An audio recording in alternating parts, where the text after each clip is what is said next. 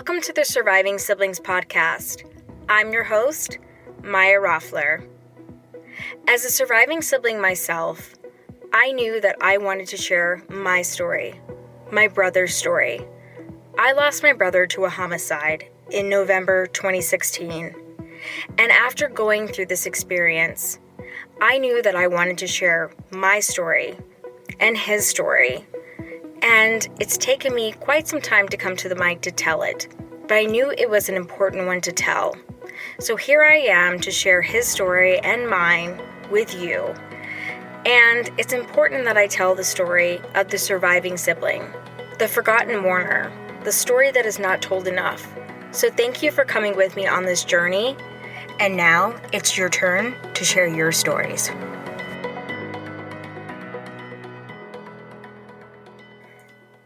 Today, it is part 2 with Audree Kropen, the founder of sibsforever.org. Welcome back, Audree. No, thank you, Maya.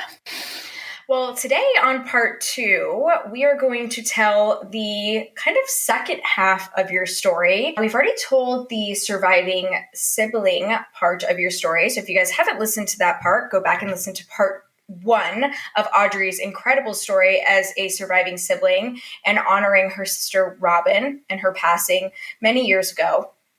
But today we're going to tell your perspective as a grandmother who has gone through this and the loss of your daughter, Bree, who has lost her son, Hayden, and the effect that's had on his twin and how you have witnessed this and how it's brought so much up in you and also brought you to the point now as the founder of sibsforever.org. So, Audree, I'm going to hand it over to you. Let's unpack this story. Okay, so, it is one big story, so I'm just going to kind of continue where I left off. So, as I spoke about in the previous episode, my older sister, Robin, passed away when she was 14 and I was 12. And that single event changed who I was and the trajectory of my entire life. Her death was more than 50 years ago, and I still, at times, struggle with survivor's guilt. I obviously set out to be very different from my mother, who was completely dysfunctional, and I set out to be different from her in every way, and I've succeeded in that. And I yearned to create a healthy family where I could be a loving and accepting mother, very much unlike my mother. As I said before, I had 2 children, fairly young. I was in my 20s. My eldest was my daughter, Bree, who I named after Robin. So her name is Bree Robin. And I had a second child, a son, and his name is Tyler, who was born 21 months after Robin. Well, he's special too, similar to Robin, but in very different ways. I'm not going to say much about it out of, obviously, respect for his privacy. It's his story. But he is a special child, and I really tried very hard to be the kind of mother that I want, for me and for Robin and for Tyler and for Bree. And to a large degree, I've succeeded. I'm very close to my children, and they're a very huge part of my life. Bree Robin, my eldest, married after college and had twin children, whom she named Brenna and Hayden. They were born in 2009. She was, I'm sure, impacted by my emphasis on having 2 children relatively close together. She had 2 children really seconds apart, so very close together. I told her that I would help with the children if she moved nearby. I didn't want to be driving around town, but if she moved nearby, I told her I would help. I'm a techie. I had a very flexible schedule. I started working at home long before it became popular, and so I could help and do a lot of my work at night. And so she and her husband David purchased a house 3 miles away. So I helped raise the twins, which allowed Bree to go back to work, and which she did part-time initially and then full-time after that. So when she did return to work, she dropped the kids off at my house. So I had them over almost every day. I helped raise them, including, driving them to preschool, karate lessons, dance lessons, summer camp. They called me Mama Bear. They didn't call me Grandma. They called me Mama Bear. Brenna, one of the twins, had a little bit of a speech impediment or speech problem, wasn't able to say the hard sounds, so she couldn't pronounce Grandma.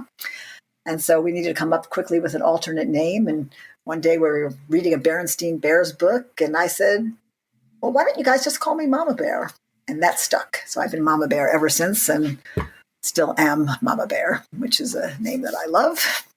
So I saw them a lot, especially when they were younger. I saw them every day. And then as they got, into school and with, extracurricular activities, I saw them less. But each kid stayed over once a week. So therefore they got each one every week had our attention, me and my husband. And then the one who wasn't with us got the full attention, 100% attention from their parents. And so they each had that 100% twice a week. So as they got a little bit older, I saw them less. So I saw Hayden less. And so I didn't notice right away that something was wrong. Audree told me that he was much sleepier than usual. He'd come home from school and just close the door and take a nap. And she was worried about it. I had this irrational idea. I've had it my entire life since my sister died, that since I had already endured one tragedy, that I just wouldn't be subject to another one. I was immune. It's the most ridiculous thing. It doesn't even make sense, but it brought me some comfort. And I think I just always believed it. Now, you remember, I got a degree in math, so I know that is ridiculous and that, every event is really independent from every other event, unless it's, like a hereditary thing. So I know it made no sense. It was irrational, but I still believed it anyway. And it provided me some comfort. And I just didn't feel alarmed. Bree took Hayden to their pediatrician. He ran some tests, some blood work, and said, just normal preteen stuff, which is kind of, what I thought as well. So we went on. I kind of started noticing, that there were some things that just were a little bit off. He had this like recurring shiver in his upper body, like his head would shake a little bit.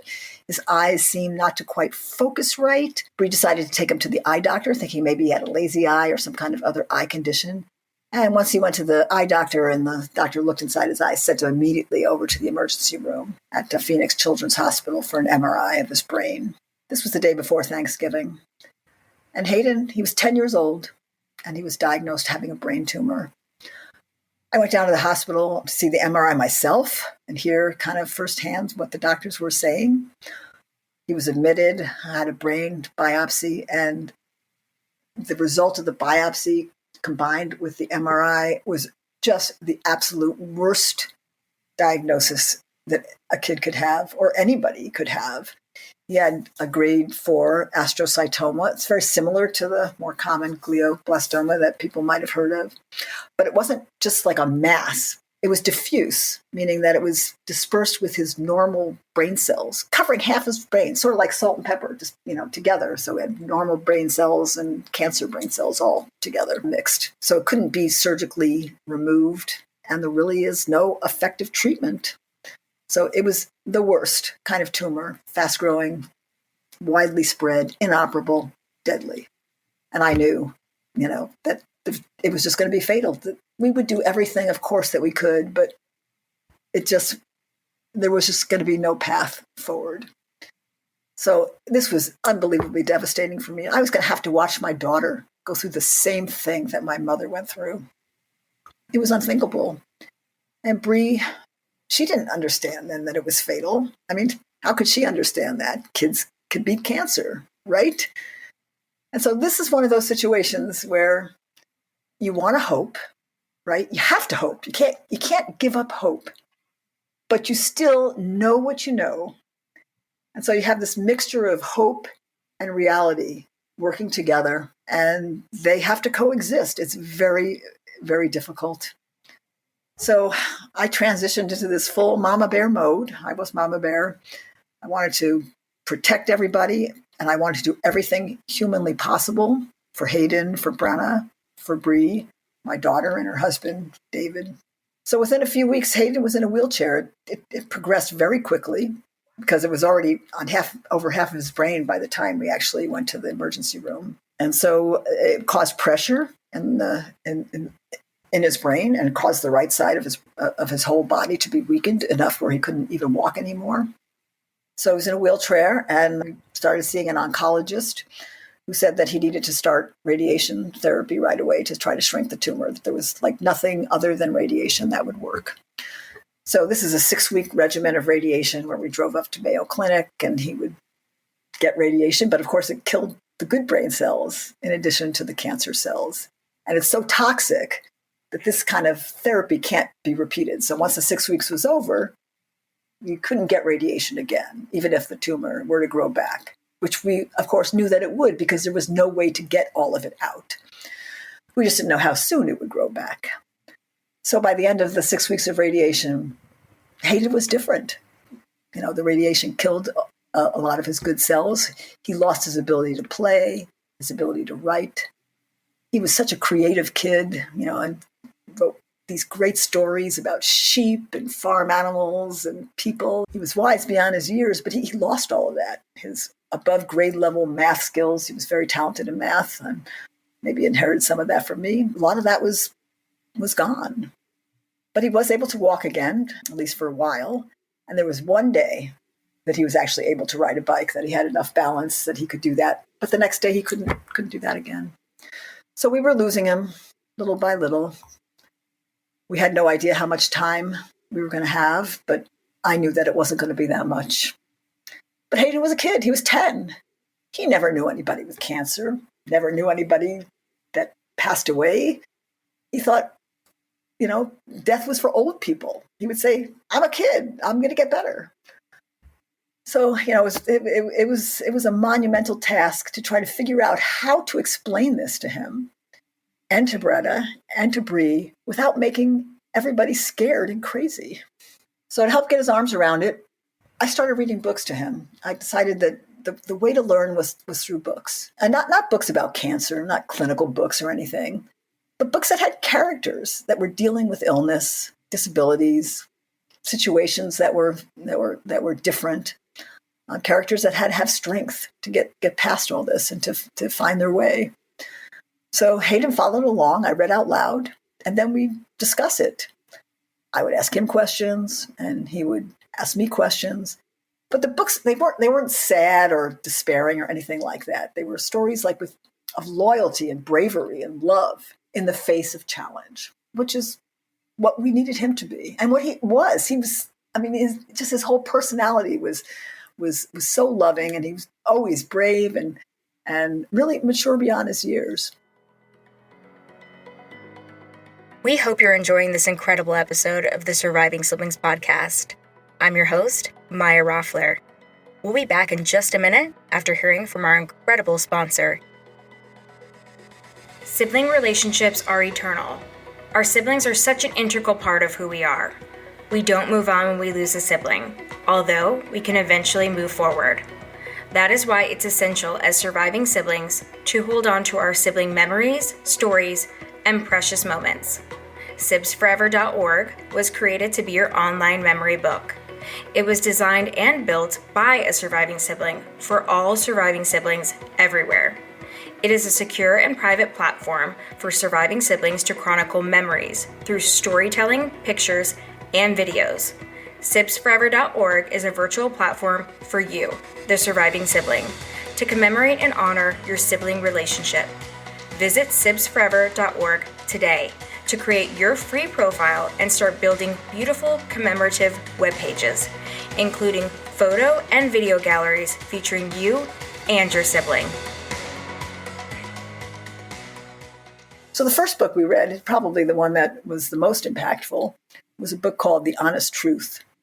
And it's about a kid with brain cancer. He's had brain cancer for a long time and just tired of being sick and not getting better. And he runs away. And he leaves home, doesn't tell anybody, takes his camera, his notebook, a backpack, and his dog. He had a dog he was very close with, and ran away to get with the goal of climbing Mount Rainier. And during, he had all kinds of, snowing and all kinds of adventures and ultimately, did end up climbing. But during the book, we would talk about it. We would talk about, okay, he had cancer and he was frustrated. What does that mean? But he had the love of his dog and he had the love of his family and he had the strength to basically make this trip. And then he had the strength to get back to his family. So Hayden loved the reading. You could just see that he embraced it and he was able to kind of, internalize it and apply it to his own situation. During his illness, we read 18 books together. I actually listed the books. It's something that I listed so that we could build a library with those books for the grammar school that he went to. So while we were doing this, right after the radiation, really from the moment he was diagnosed, I realized that the only chance, and it was really no chance, but the only possible chance to make any progress or move the needle on this was for him to enter a clinical trial, because at least then there was going to be something unknown that maybe could work. Everything that was known, we know didn't work. So I collected all of his medical artifacts, his MRIs and blood work and everything that there was, and I made it readily available online. Since I'm a techie, I was able to do that, and I was able to send links around to various clinical trials and doctors so they could, look at his pictures and look at his condition. I think I sent to about 30 different pediatric clinical trials, and there was only one that he actually qualified for, just because of how advanced and how dispersed the brain tumor was. And that one was in New York City at Sloan Kettering. So we flew out there, and it wasn't a medicinal trial. It was using a device called the Optune, which emits like little electrical signals into the brain that in some cases reduced or stopped cancer growth. And it was the only clinical trial. It wasn't necessarily one where the odds were very good, but it was something. So, we did it. We spent a lot of time in New York, and my brother was very, very helpful in getting us set up with places to live and getting transportation, and gave us his car and everything. At Sloan, they did their own MRIs, and they had obviously different set of doctors, very good doctors, I might add. And they said that he would benefit from having a brain surgery and having a clump of cells that were kind of together removed, and it would reduce the brain pressure. So he actually had brain surgery. And this was right before the pandemic, or right when the pandemic was first getting started. And New York, it was very pronounced in New York City at first, before it kind of traveled across the country. So he was having this brain surgery, and we left New York just as the whole city was closing down. But we spent a lot of time there. We had to go back and forth, because you have to go every 4 to 6 weeks for follow-ups. So while we were there, and we spent weeks in New York, we transitioned from paperback books to using the Kindle. And this way I could screen share using Zoom so that Brenna could join in. So I had books that I was reading to Hayden. I had a book that I was reading to Brenna over Zoom, and I had a book that they were both reading together. So I would have 3 active books at any one time. After about 3 months, Hayden started to decline again, and it was clear that the clinical trial therapy just wasn't working. And, it would have taken a miracle. But we had to try. It was one of those situations where you have to hope and try, but you still, what you know. So one of the most excruciating moments that I do want to share this, because, anybody that's in a situation where they're trying to help and protect a child who's in the process of losing a child will understand what this was like. So it was, as I said, it was during the pandemic. So at Sloan, only one person from each family was allowed to go up, masked, of course, at any one time. So Audree was up there talking to the doctor, and I was called up to go up anyway, even though she was there. And I went into the room where she was talking to the doctor, and she was lying face down on the floor and just refused to move. Just lying with her face on the floor, and she wouldn't move. So I picked her up, and I put her on my lap, and I rocked her just like I did when she was a baby. Really, really, really hard. But she was my baby. She was suffering. So, as I said, the clinical trial, wasn't successful, and he was declining. So we kind of transitioned over into a palliative chemotherapy regimen. And what that means is, it's not going to get it better, but maybe it will prolong his life and keep some of the symptoms at bay, which it didn't really do. I continued to look for clinical trials. I was like crazy in this clinical trial database. I continued to contact doctors, and actually was able to get 2 clinical trials that were willing to consider him, but we didn't do it. We didn't want him to die away from home. And that seemed to be what likely would happen by the time we actually got him enrolled and got moved out to the East Coast for any one of these trials. We knew that he was going to pass. And so the question was, what could I do as his grandmother to prepare him in any way so that he wouldn't be scared? That was the main thing. I didn't want him to be scared. I didn't want Brenna to be scared, but we were going to watch him decline, and we were going to watch him die. That was the reality. And what could I do for Bree so that she could somehow leave the situation at least in some kind of a whole healthy state? Hayden and I continued to read books together. We kept things as normal as possible. I was over there, and he continued to come over every day, and I assured him, because he always looked at me as kind of being, the rock of the family. I was the older one, always kind of, successful, self-assured. I promised him that everything was going to be okay no matter what happened. Brenna was going to be okay. She would find her way. I would absolutely make sure of it. And he really, really was worried about Brenna. He cared more about, Brenna being okay than himself. He just, anytime there was any kind of stress or any kind of squabble, like he would side with Brenna and just really, really, really wanted Brenna to be okay. So I think he was relieved just knowing that, that I was gonna ensure that. I continued reading with Brenna. I still read to her today. We're currently reading Heidi, the original version. I love that because I'm Swiss. I love that so much. Oh my gosh. We are kindred spirits. I love this. I love this story so much. But I have to just pause this only for a second because I don't want to stop your stories too much. But I want to point this out because I hear a lot from twins. It's really impactful when a twin loses a twin. Wow. And so hearing this story, I think is, and if you're a twin listening to this, you're probably going, yes, yes, yes. Like, I feel like I lost half of myself.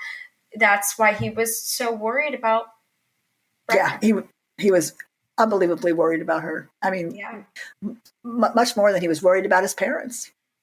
Wow. Because I think you're right that there's a twinship. There's a it's siblings, but it's more than siblings. And they have sort of an unwritten communication, an unspoken communication, and everything that they do is connected to the other. A special bond, which is a part of you. I mean, there's so many layers to your story, Audree. So lovely, but I had to interject. I was like, oh my gosh, you're reading Heidi. This is so beautiful. I love that. And I'm sure he's with you guys as you're reading those stories, but wow. Oh, definitely. Definitely he is. So, I continued reading, with Brenna. I shared my experience, with Brenna about what it was like to lose Robin. And I assured her that her sibling relationship would go on forever and that we wouldn't stop talking about Hayden and we wouldn't stop loving Hayden. It would be different than me. Like Hayden was going to continue on. One thing I did make sure that Brenna did, since she had time to do it and since Hayden's death was not sudden, was to write him a letter and read it to him, where she could tell him in her own words how special he was to her and how much she loved him. I don't know that she would have done it without us kind of coaxing her into doing it because, she's 10 and, it's maybe not something she would have done, but she did do it. And I just really, I didn't get to do that with Robin. I obviously wish I could have said things that I didn't get a chance to say. So I really, really wanted her to have that, that opportunity to do that. So I have this letter that she wrote. I've kept it, and I'll be able to give it to her, when she's a little bit older. And I shared my experience as a surviving sibling with Bree and with Dave. Bree obviously knew my mother; it was her grandmother, and she was very determined, as most people, not to be like her, certainly in this way. And so she said right away, I'm not having any more children. But Bree, she was a double major in college, journalism and psychology. So she understood the role of therapy, and she has always been open to therapy and hearing what's best for Brenna. She's always been open to any ideas that I had. She believes in family counseling. So she embraced all of that, not just for Brenna, but for herself and for the family. So one thing Bree wanted to do, and I wanted to mention this just because it might be something that somebody out there that's in a similar situation never thought of, but it was such a beautiful thing. Bree wanted to get a tattoo of Hayden's heartbeat on her forearm. And when she came up with this idea, we didn't have a lot of time. So I did some research and I bought some components to assemble a recording stethoscope. So it had like a microphone and a recorder that you attach to the stethoscope with cables. And then I was able to use this homemade stethoscope to get a recording of Hayden's heartbeat and was able to convert it to a visual waveform. And she was able to take that visual waveform, to a tattoo artist who was able to inscribe it on her forearm. So she has this beautiful tattoo of his heartbeat on her arm. So, and she really does love it. So it is something, that maybe somebody else would, benefit from knowing how impactful that was for her. Hayden passed away. He was 11, so he made it shortly after to his 11th birthday, which was July 31st. So he passed away August 18th, 2021. And he left Brenna, his 11-year-old twin sister, as a surviving sibling, just like I was all those years ago. Brenna was 11, I was 12, but very, very much of a similar age. Hayden was cremated, didn't have that open casket experience I had. And I carry around a small necklace with his ashes. I don't have that with Robin, but I have the piano, I have the music with her, and I have a lot of memories of Hayden, and I do carry around those ashes. But his death was so triggering for me. I mean, during his illness, I was so focused, 100% focused on being there for Brenna and for Bree and for Dave. I didn't really spend any time thinking of myself. But after his passing, all my guilt and kind of self-hatred came back. It just came like flowing back like a hurricane. And I felt like a failure. I felt like I not only failed Robin, but I also failed Hayden. I didn't notice early enough that something was wrong with him. I trusted my instincts. I had this irrational thing that I wasn't going to endure another tragedy. I just felt like I was asleep at the wheel. I wasn't there when I should have been. So it was very difficult. But this time I knew to get therapy. And so I immediately got a reference for therapy. And I've been seeing somebody, a counselor, actually not the same one I started seeing originally after Hayden's death. I found a different one from this class that I took that I really bonded with the instructor. So I've been seeing her ever since. So for any surviving siblings out there, therapy's fluid. It's not like it's a continuous thing that once you start, you never stop. You can start, and then things happen like this. Things will trigger it, and then you resume, and then maybe you feel you don't need it as much, and so maybe you go every 2 weeks or every 3 weeks, and maybe you stop for a while and then resume again. So whatever the pace is or the pattern is that makes sense for you is the right pattern. I've stopped and started many times. Me too. That's great advice. I wish someone had given me that advice, because sometimes I felt like I needed to go all the time, or like when I was like, oh, you know what? I need to breathe a little bit. You know what I mean, Audrey? I needed to breathe. I need a breath, or the opposite. I'm okay for a little bit, and then I would get triggered, right? I needed to go back in for a little bit. So I really love that you're sharing that perspective, because I think it's really important for people to understand that this is a journey, and this is, for lack of a better way to compare it, a marathon. This is not a sprint. Like, we're not going to therapy to go, okay, let's go do a 5-hour session and we're going to get over. This is not what this is about, right? This is a mental health check-in to get you. This is all about you and your journey. So I really love that you shared that, because, again, I wish I had that advice almost 6 years ago. I think it's really important. But this is really incredible what you're sharing. And most stories make me feel emotional inside. I feel emotionally connected to them. But I'm getting very emotional listening to this, because I can definitely understand why you were so triggered, but also so just connected and so determined, because I relate to you so much just as a person, and you just who you are personality wise, because determination is like my middle name. And so you're saying, we have a similar personality. So when you're saying you were like, I went all in, I was looking at all the studies and I was determined to help, I was determined to do this. And I relate to that aspect of this story. And, the fact that this would be triggering, of course it would be. You're almost exactly the same age as both Brenna and Hayden. So both sides for them, right? And right. Wow. Thank you for sharing this and being so vulnerable, just as vulnerable as you were in your part one. And it's, life is a journey. And for you to be going through this and watching your daughter and now your grandchildren, and to go through this through so many different lenses, right? And watching this, it's an intense thing. And I think I can't even imagine myself going through this as a grandmother years down the road. But, never say never and never say can't, because, what a difficult thing. And I'm so sorry for your loss. But Hayden, what a beautiful soul. Wow. Oh, yeah. And definitely. Yeah, think about therapy also. I mean, it's fluid in terms of, how often you go and the starting and stopping. But the level of kind of understanding that you'll have about things will be different. Like, I even now going back, I have more understanding about why my parents were as dysfunctional as they were. I mean, I always understood, and various times, in therapy, I gained more understanding. But even today, I still am gaining more understanding. So I'm, less angry. So even once you feel like you understand something, there might be another layer that you can even understand it further by having continued therapy. When it's appropriate, when you feel like that you're open for it.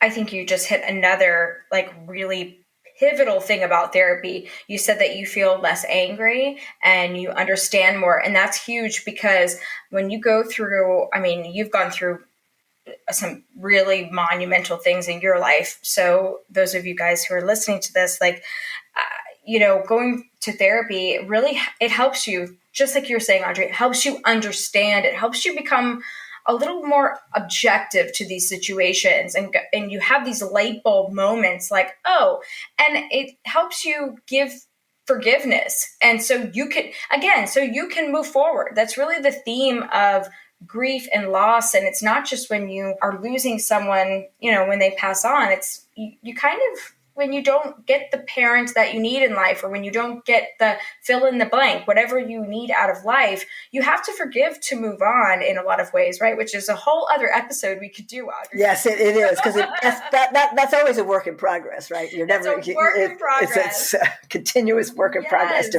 to forgive. Yes.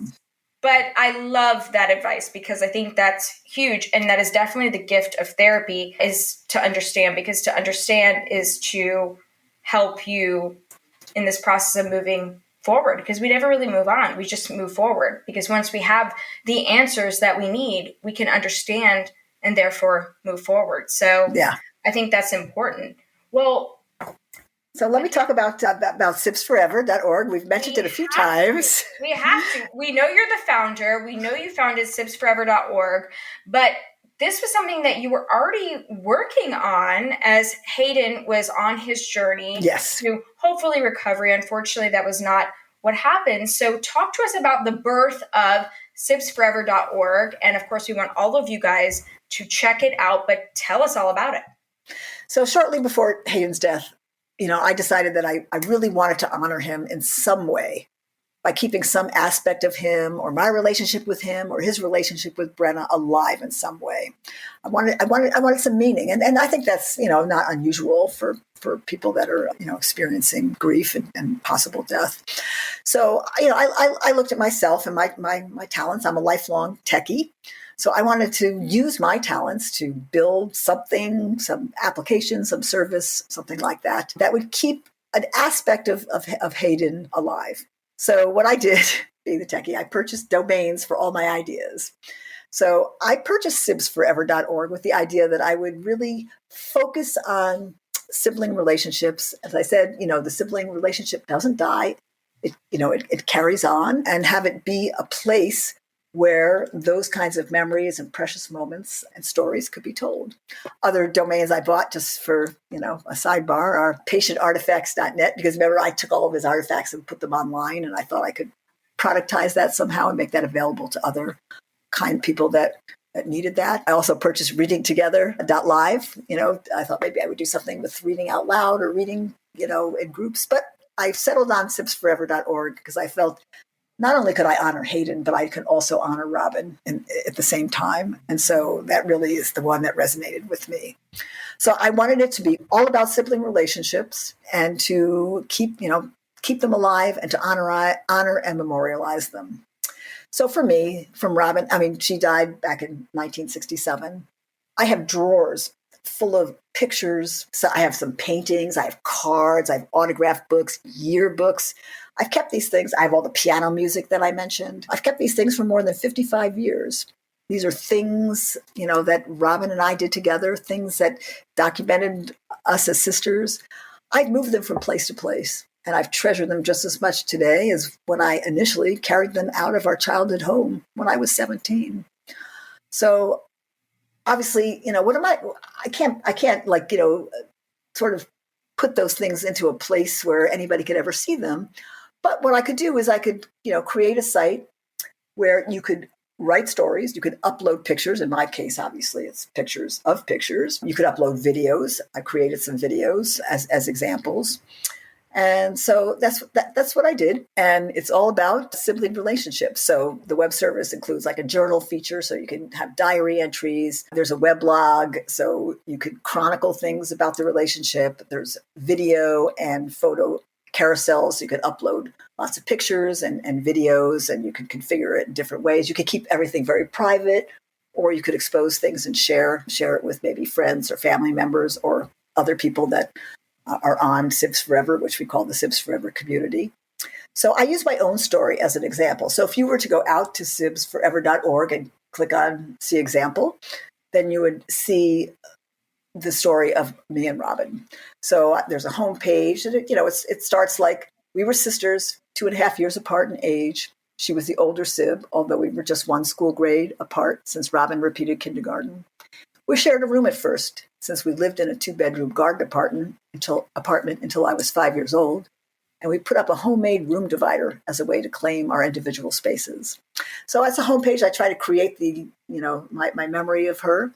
And then I was able to supplement that with pictures and some videos where I went through and showed you some of the artifacts. So I opened that so that anybody who is a surviving sibling could go ahead and do that, create an account and honor their sibling relationship in a similar way through words and stories, pictures, and videos. I have some other planned features to connect to sites like legacy.com and ancestry.com, and to do maybe a visual timeline. So, it's always a work in progress. I also have a second project in development that's going to make it easier to find online resources like this. So, I'm a techie, but I hadn't written code in a long time. I was in management. I had leadership roles for many, many years. I did consulting. So, I hadn't really written any code. I never did any front end stuff. I'm not a visual person. I don't have any design skills or anything like that. So, it was challenging to sort of see, okay, can I do something like this? Plus, I'm going to be working all by myself in isolation. I'm going to wear every possible hat, QA, database person, but, I was so motivated and so inspired by this and so committed that I just figured I'll just overcome all of that. So I took some online classes, I picked some frameworks. I did end up having to hire a designer because, if you don't have any color skills or any design skills, I don't think there's any classes that will help you with that. So I did hire a designer to help with the look and feel. But I wrote every single line of it myself. And I realized that I'm just as smart as I ever was when I was younger. Might have taken me a little bit longer, but, my commitment and my skills, I was able to do it.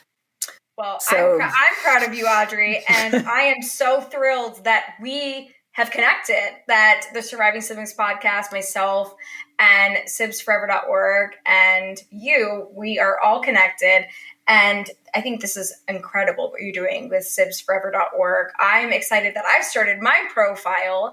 And I think that it's just an interesting thing that you're doing, because we're not a box of pictures anymore, right? We're not that kind of society anymore. We're not so I really, to wrap kind of, to give you my perspective on what you're doing, I think it's incredible, because I'm looking over here as we're chatting at a lot of the boxes I have of pictures and stuff, because yes, I'm born in 86, my brother was born in 89. And so we still come from that generation that was pictures, right? Polaroids, those kinds of things, So some of you guys listening are probably like, oh God, I was born in the 90s or 2000s, or we're 19th century babies. So we're old to you. Sorry, guys. We took real pictures back then. Okay. But what's so incredible about your site is you're giving the opportunity to upload all of this, and it's all there.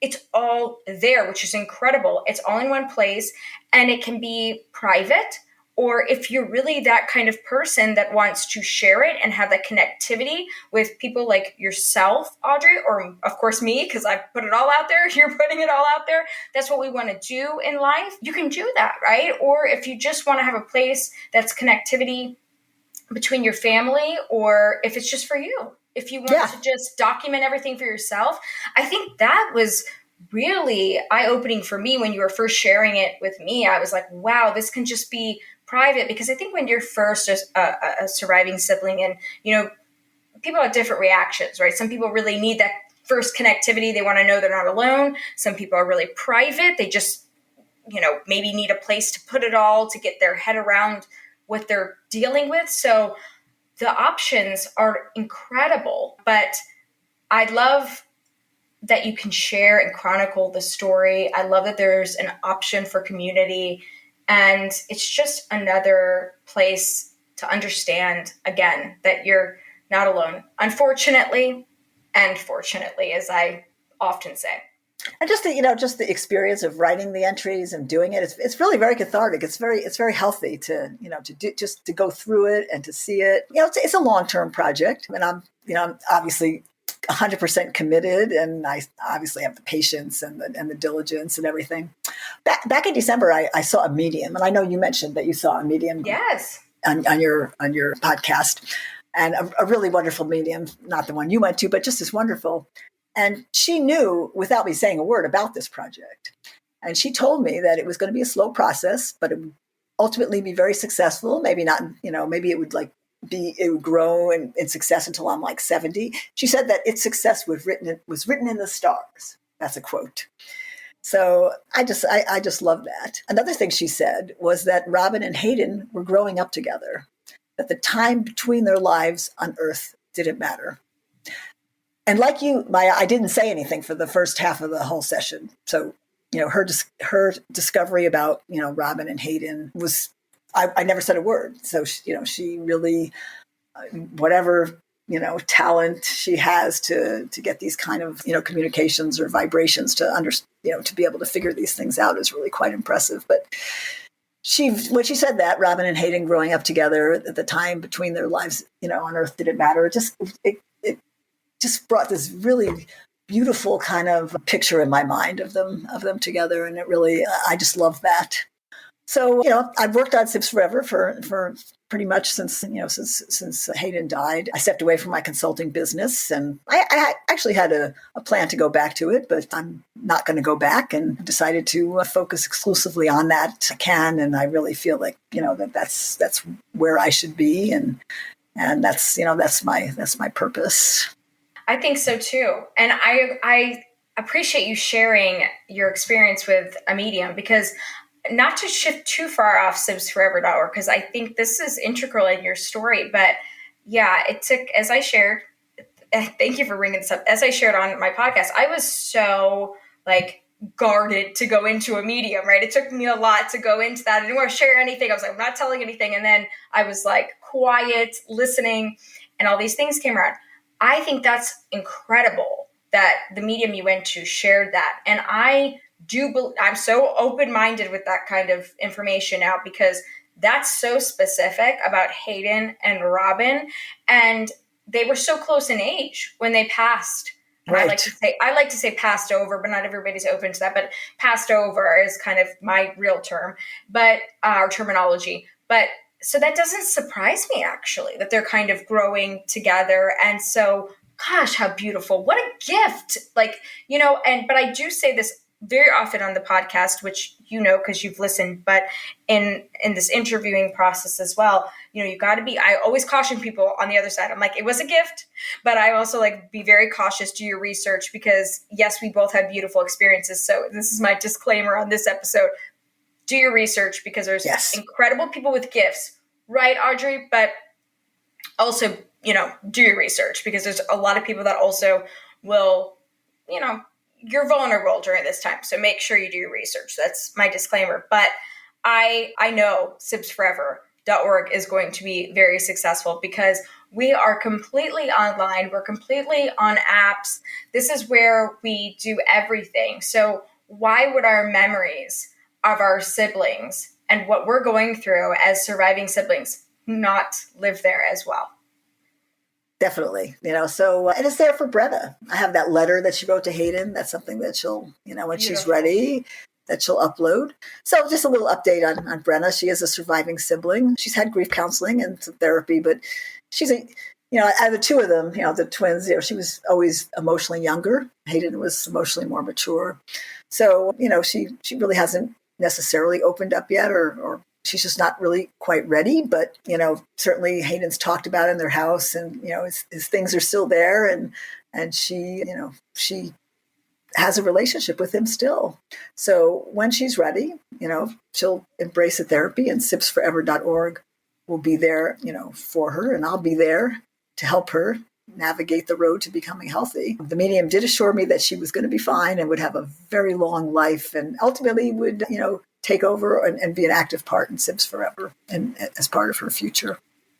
Why am I not surprised by that? Like, that's making me emotional. Like, I'm getting emotional right now. You have made me emotional, Audree. Oh my God. You made me so emotional during this.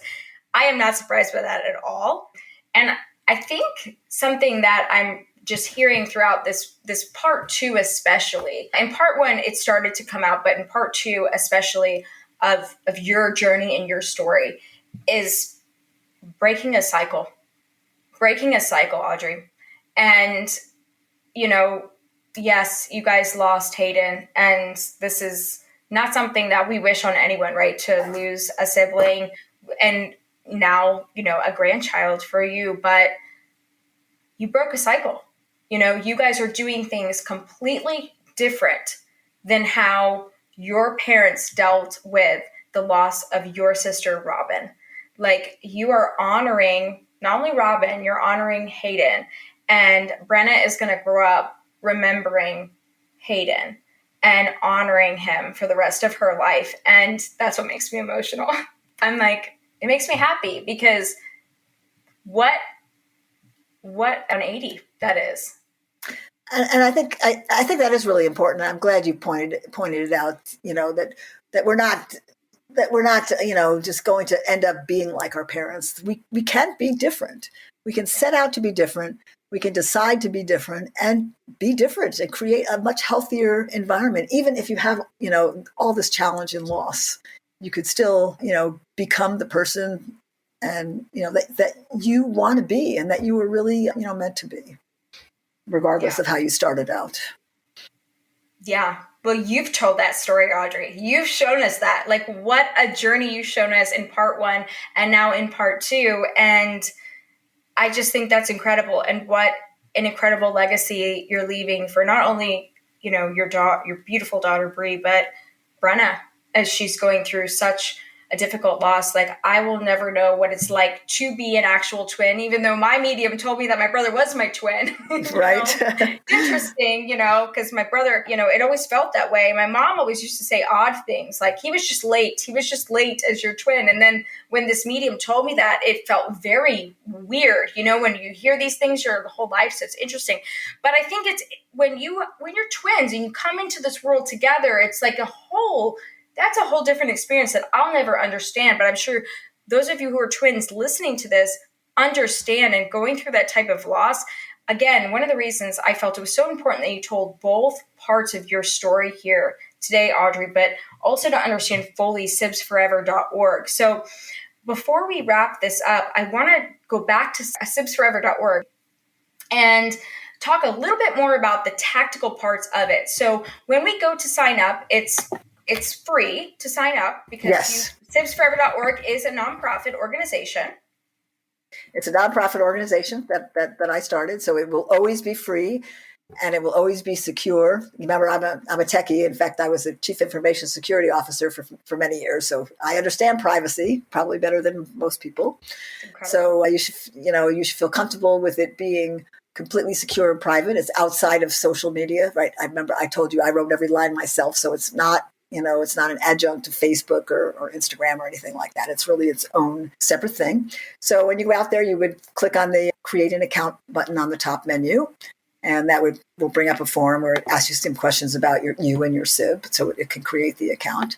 And then after that, you would log in. After you create the account, you'll automatically be logged in. But other times when you come back to view or to add more content, you would log in. You could log in using your Facebook credentials or just log in using Google. Things that will feel very familiar to people.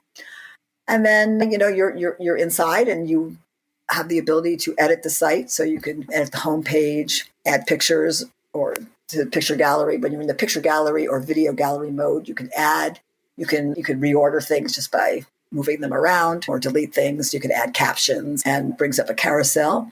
You can go into the journal, which is a diary, and you could add entries. You could edit your entries. Again, you could put pictures and videos in any of the entries or the homepage. You could also add pictures or put videos in there as well. So they'll just be embedded in the page wherever you say they are. So you can have, so for me, like I have, I think 9 public journal entries and maybe 10 private ones, because some of the things I write about don't want anybody else to see. They're, it's my personal diary. So you could choose what you're going to allow people to see, or maybe you don't want anybody to see anything, which is also fine. And then there's a remembrance wall, which is like a weblog. So if you did want to honor like a birthday or a death date, things that obviously, every year I'm very conscious of both Hayden and Brenna's birthday and death date. So I might have some thoughts there that I would put down on the remembrance wall. And if I invited, like Bree and Dave, which I have, and they might want to put something down on that as well. And we could comment. Everything is something you can comment on. If you expose your content to the Sibs Forever community, then it's free for, it's there for somebody to comment. So I can comment on an individual picture or on an individual entry or page. So if I'm moved by a picture that you post, I might want to comment and tell you that I was moved and why I was moved by it. So there is a community button where you could see other relationships that have been configured so that you can see them. And so sometimes it's really healthy to see other people's stories, and you can relate to things and, feel some kindred spirit, some bond to people that are in similar situations as yourself. And, if you need any help, you can always reach out to me. I'm 100% responsive to anything. So there's a support option on the main menu there once you're logged in. So there's a FAQ. So I try to answer some questions that have come up. And then there's a contact, and that goes directly to me. So I will respond if there's any questions or problems or any ideas or anything else you want to say about it. I'm definitely open for any and all feedback. So this project has been very, very good for me. I mean, I've been able to really, kind of spend my time feeling like, it's been beneficial for both my relationship to Brenna and Hayden and Robin and their relationships with each other, and to be able to give to the community of surviving siblings something that hopefully will be meaningful to other people in similar situations to us. Maya. Absolutely. You are just getting started with this, Audree. Thank you for that recap. That's exactly what I wanted everyone to hear, is how to utilize it, kind of the tactical information behind it. And I love that you shared that there's also kind of the nitty-gritty behind the scenes. Like, you can share a little bit and you can keep some private too. So wanted to highlight that, and you just took it away and explained it beautifully. That's perfect. And now they know that you're really the woman behind the scenes. So definitely, I am getting a lot of emails. So you kind of put yourself out there, Audree. But that's cool. That's all good. But I want to. I mean, I want to spread the word. I want to help anybody that needs any. We are the same. We are just the same in that way. I know we put ourselves out there. I love that, because I think there's something about this community, right? It's a big, small community at the same time. It's much bigger than we realize, right? So there's a lot of passion behind it, because, this is, you've gone through a whole other journey, and I just commend you so much for coming on here and being so vulnerable. And I just appreciate you. And thank you for creating sibsforever.org. So before we go and end part 2, I don't want to end. I want to do another one with you, Audree, but we will. I want to hear a last piece of advice about your perspective as a grandmother. Because on part 1, we ended with your surviving sibling advice, but your perspective as a grandmother, watching your daughter, and then also watching, your daughter, and then watching your granddaughter go through this, and then obviously losing your grandson. This was a whole different perspective. So what advice would you give as a grandparent? So as a grandparent, you're in kind of an interesting role. What you want to do is you want to support your children, right? But they need to find their way, and you need to let them find their way, and you just need to be there so that you can kind of maybe maybe point them in a direction that they hadn't thought of, or offer an alternative that maybe they haven't thought of. Not necessarily even giving advice, but just, giving them food for thought, sharing your experience so that they can incorporate that into making their own decisions. If they need resources, being able to provide those resources, maybe, sharing what therapists I use that they might want to use, that kind of thing. So, you want to kind of be there, like, steering the ship, but it's their ship. Okay. And they have to be free to go in the direction that they go.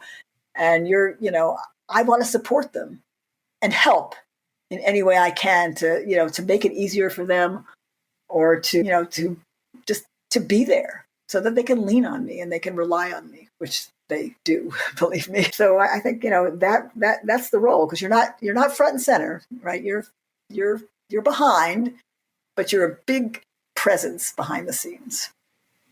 Beautiful advice. And you're a beautiful person, Audree. Thank you so much for all of your just knowledge, advice, and just both of your stories as a surviving sibling. And I'm just going to call you a surviving grandmother, because we don't have a term for this yet. So we'll make one up today. So okay. We want everybody to visit sibsforever.org. It's kind of explainable, self-explanatory, right? Where to go. But any other driving places we want to drive them to visit you, sibsforever.org. Anything else you want to mention? So, it's easy to find me because I'm in contact, but when there's a button there for seeing example, that's my story. Okay. And I think it's a really good example of what you can do. And I have like you, Maya, because you are very inspirational in being so authentic and so transparent in your podcast. I was similar in putting my story out there. It's all there. And I feel really good about that. I feel good about, it took me a really long time to know who I was, but now that I know who I am, this is me, and I want everybody to know that, and I'm perfectly comfortable with the person that I am. So I want to be able to help anybody that I can. So please reach out to me if I can help in some way. Get you going on sibsforever.org, or if you have any questions, or just really anything. Beautiful. And they can contact you just directly through the website, and we'll put your information, the contact, right into our show notes as well. That's good for you, right, Audree? Absolutely. So it's Audree at sibsforever.org. So it's real easy. Perfect. Well, thank you so much for joining us for part 2, Audree. Thank you, Maya. I really enjoyed being here, and thanks for the opportunity and welcoming me here. It was really important to me. Yes, this was incredible. And make sure you guys visit sibsforever.org. It's been incredible. I've signed up. It's incredible. Make sure you guys check out the video, just like Audree mentioned. It's really a peek inside this entire journey for her. And you see all of the beautiful pictures of her and Robin. It's beautiful. So thank you again, Audree, for being here. Thank you so much for listening to the Surviving Siblings podcast. If you enjoyed this episode as much as I did creating it for you, then share it on your chosen social media platform. And don't forget to tag us at Surviving Siblings Podcast so that more surviving siblings can find us. Remember to rate, review, and subscribe to the podcast. And don't forget to follow us on all social media platforms. We're on Instagram, Twitter, and TikTok at Surviving Siblings Podcast. All links can be found in the show notes, so be sure to check those out too. Thank you again for the support. Until the next episode, keep on surviving, my surviving siblings.